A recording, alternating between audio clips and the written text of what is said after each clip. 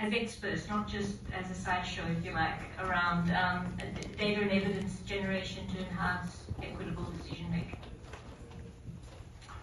Thank you very much. Thanks for the opportunity and for the question. It's obviously hard to come after Maria, Johanna, and what David also mentioned now, because it's obviously key to engage people living with the condition, civil society, in order to have the policy changes that are needed by the community. And that's what I'm going to explore a little bit in my speech here. So people living with the non-communicable diseases, mental health, and neurological conditions can and must be engaged as experts and ensure decision-making reflects the real needs of people and communities. Prevention strategies are essential, but access to care is equally important. As someone who has lived with type 1 diabetes for 34 years, I find it unacceptable that in some countries, children with the same condition live only 1 to 2 years, while in other countries they celebrate more than 75 years with the condition. This inequity shows us how much still needs to be done, and that it requires intersectoral and multi-stakeholder efforts. And there is no doubt that the meaningful engagement of people living with the conditions in policies and programs that affect them is a key strategy to advance. We have seen how powerful civil society movements can be.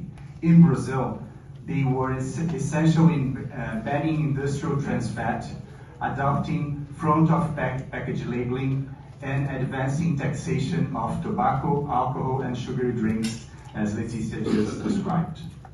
These victories of public health were not led by scientists only, but also by organized voices of people and communities who live with the consequences of NCDs.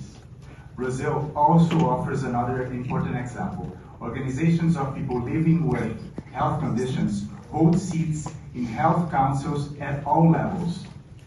Their participation is not symbolic. It is part of the governance structure of the health system. From 2017 onwards, when their participation in public consultations on the incorporation of new medical technologies in public health system increased, the results were remarkable. Primary recommendations were almost 4 times more often reversed than before. This demonstrates the tangible impact of meaningful participation. But we must also recognize that tokenistic participation still happens too often. We hear many experiences of people with lived experience are invited to the table, but their voices do not change what was already decided. This practice weakens trust and does not honor the potential of participation. If you want equitable policies that are people-centered, reflecting real needs, people with lived experience must be engaged not as passive participants, but as experts in generating and interpreting data, in shaping research agendas, and in guiding health systems priorities. Their unique perspectives are essential to close gaps in care, to address inequities, and to build policies that truly serve the communities.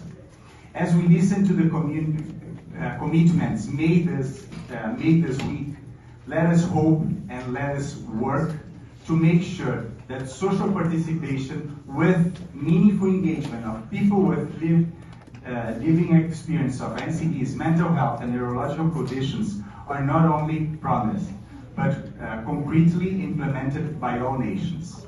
Thank you.